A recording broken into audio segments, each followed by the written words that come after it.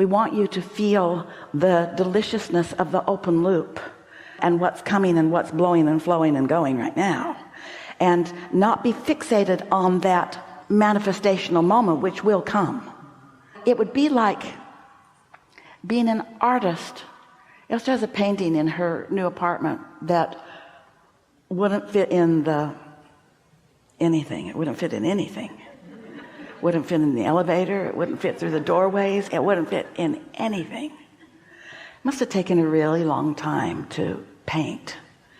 It must have just been so satisfying to just continue to find another reason to keep that thing going. Now Esther keeps moving it from place to place. They actually have to take the frame off of it and roll it up and move it that way. And as far as Esther's concerned, it will never be finished because she just keeps loving it for another reason and another reason and another reason. Nothing's ever done. So if we could get you to get hooked on the eternal unfolding that is you, and not so fixated on this goalpost and this goalpost and this goalpost, because the loops are going to close. Bam, bam, bam, bam, bam, bam, bam, bam, bam, bam, bam, bam. It's all coming to you.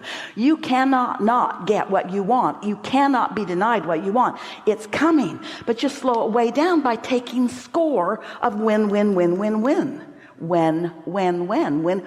is it coming? Where's it going to come from? Who's going to bring it? When's it going to get here? If instead you're enjoying the journey of it expanding and unfolding, really, do you want to nail it down before you've collected it? Let manifestations be the very last minute. Can you hear us? This is what Esther keeps saying to her publisher. Let the manifestation of this book be the very last minute, because there's so much good stuff that keeps coming in.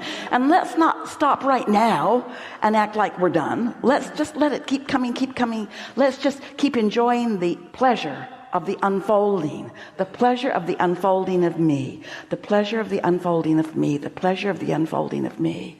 If you could just get that feeling within you, and we promise you all the baubles and contraptions and vehicles and events and landscapes and buildings and material things, they'll all be there. They will never stop coming. They will never stop coming.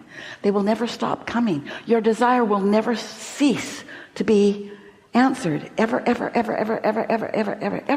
But you all get blocked up because you want it, but you're looking at its absence. And every moment that you're looking at its absence, you're not allowing the energy to flow through you to it. So if you're not going to look at its becoming, then look at something else.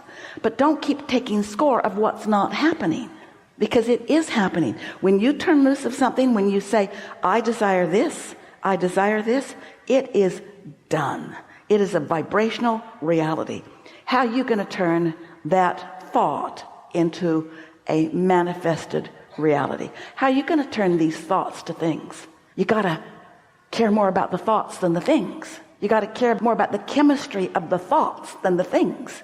You got to care about how you feel in this moment. My day is about, I'm exhilarated, I'm on fire, I'm happy, I'm peaceful, I'm soothed, I'm in love, I love, I'm satisfied, I'm eager. These are the things that you want to take score of, because the other stuff all follows. You cannot pick anything out that your inner being and the universe at large is not all over. The cooperative components are being and have been gathered. If you could see in your vortices, you would never worry about anything. You'd be surprised and delighted if you could get a glimpse of it, maybe even shocked, and you might even think it was somebody else's vortex because you didn't remember specifically asking for that. But you did. You did, and it's perfectly tailored to you. But you don't close the loop on the things you want while you're worrying about what isn't coming.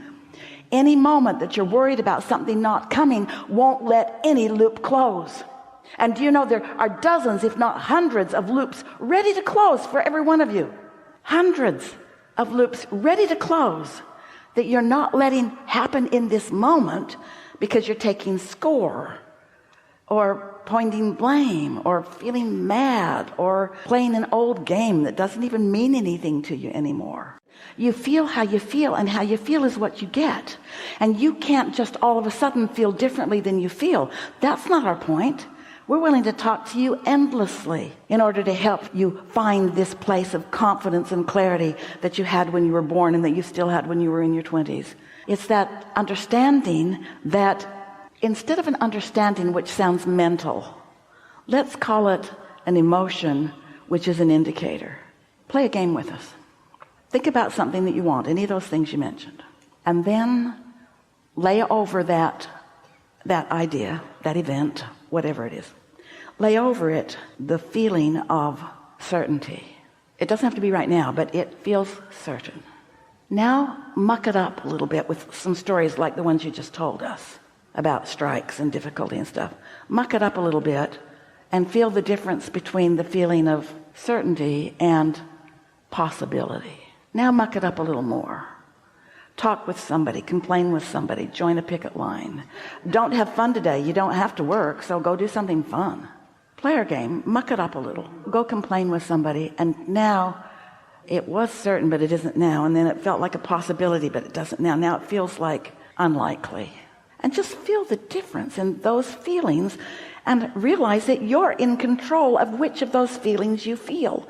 And your now moment is about this feeling and this feeling and this feeling and this feeling. So if you muck around in a bunch of feelings of uncertainty or not likely or unwanted, if that becomes your practiced thought, then you walk around in a world that treats you that way, because that is your point of attraction. And the law of attraction can't say, she doesn't mean it. She doesn't mean it. I've seen into her vortex and she doesn't mean it, because it's now. What are you letting in now? What are you letting in now? And so that's why it has to be okay with you to have an open loop, an unfinished loop. It isn't complete. The script isn't ready. The film isn't being made yet. It's not ready. You have to make way for the open loop. You have to make peace with the open loop. You have to make peace. We're going to lay it on as thick as we can. Harder for you to do than for us to do it for you, because we've got the big picture. You have to make peace with the eternalness of you. You all think you're in a hurry because you've got this finite whatever. You put out these false endings that you call goals or requirements or deadlines, or even what you call death. You put these false ending places, and then you torture yourself about them. You don't have to. We want so much for you too. Accept the open-looped, open-endedness, eternal nature of that which you are. And then you got to decide, how do I want to spend the part of eternity that I'm focused in this body? Do I want to be eager or limpid? Do I want to be appreciative or critical?